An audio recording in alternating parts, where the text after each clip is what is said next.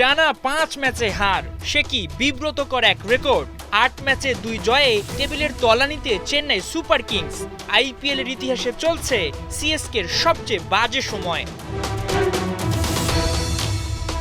অবশ্য এবারই প্রথম নয়, এর আগে নিজেদের ইতিহাসে 2020-21 ও 2022 সিজনেও খারাপ সময়ের সাক্ষী হয়েছিল চেন্নাই। তবে এতটা বাজে সময় দেখতে হয়নি মহেন্দ্র সিং ধোনিকে।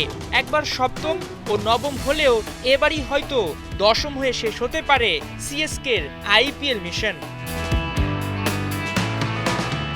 অথচ আইপিএল এর ইতিহাসে অন্যতম সফল চেন্নাই। মাহির হাত ধরে 5 বার শিরোপার স্বাদ নিয়েছে সিএসকে। 2010 সালে যার শুরু, 2023-এ যার শেষ, এরপর যেন কোথায় হারিয়ে গেছে চেন্নাই। গোটা আইপিএল ক্যারিয়ারে মাত্র 3 বার লিগ স্টেজ থেকে বাদ পড়ার ঘটনা রয়েছে চেন্নাইয়ের। এর বাইরে 5 বার চ্যাম্পিয়ন টাইটেল, 5 বার রানার্স আপ হয়েছে মাহির সিএসকে। এমন পরিসংখ্যানই বলে দেয় দল হিসাবে কতটা গোছানো দক্ষিণ ভারতের দলটা। যদিও এর মধ্যে 2016-17 সিজনে 2 বছর নিষিদ্ধ হয়েছিল চেন্নাই, নতুবা পরিসংখ্যানটা হয়তো আরও সমৃদ্ধ হতে পারত। পুরনো পারফরমেন্সের সঙ্গে নতুন পারফরমেন্সের মিল খুঁজে না পেয়ে যেমনি হতাশ সিএসকে ভক্তরা, তেমনি ক্ষোভে ফেটে পড়ছেন দলটির সাবেক 2 ক্রিকেটার সুরেশ রায়না ও হরভজন সিং। আইপিএলে কখনোই এতটা অসহায় ছিল না চেন্নাই, যেমনটা বলছেন রায়না।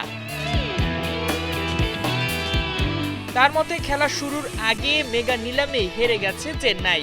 নিলামে সিএসকে ম্যানেজমেন্ট এত টাকা নিয়ে গেছে, কিন্তু ঋষভ পান্থ, শ্রেয়াস আয়ার কিংবা কেএল রাহুলের মতো ক্রিকেটাররা তাদের নজরে পড়ল না। আর যেসব তরুণ ট্যালেন্টদের নিয়েছে তারা কি করছে, প্রশ্ন রায়নার। সিএসকের এমন খুঁড়িয়ে চলা মেনে নিতে পারছেন না দলটির সাবেক ক্রিকেটার হরভজন সিং। তিনি মনে করছেন নিলামে বড় ক্রিকেটারদের নেওয়ার সুযোগ থাকলেও তা কাজে লাগায়নি সিএসকে। ম্যানেজমেন্টের পরিকল্পনার অভাবকে দুষছেন তিনি। সাবেক ভারতীয় এই ক্রিকেটারের মন্তব্যে যেন আঁচ পাওয়া যায় মোস্তাফিজুর রহমানের মতো পেসারের দিকে নজর না দেয়া। গেল সিজনে দুর্দান্ত পারফরমেন্স করেও চেন্নাইয়ের চোখে পড়েনি ফিট। হয়তো কাটার মাস্টারকে না নেয়ার ক্ষতি এখন বুঝতে পারছে ধোনির দল।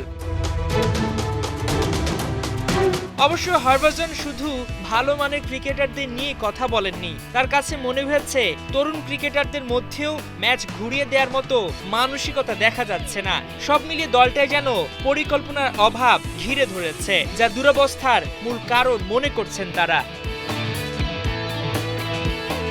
হাসান সজীব, ৭১।